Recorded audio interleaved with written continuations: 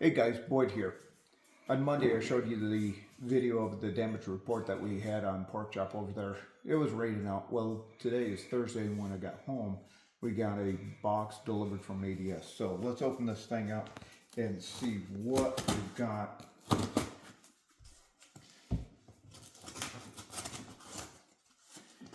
The shaft on that MBR, I bent that thing pretty well, so I called the guys over there and they were impressed that I was able to bend it. I told Kerry I didn't want to go down that rock face the way it was, but peer pressure made me do it. So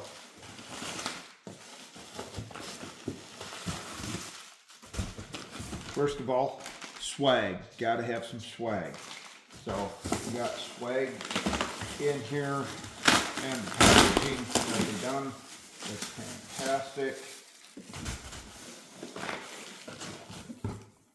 Dude, here it is. This is what we got. So we'll get these things installed this next week, so we will be ready for the Great American Crawl later this month.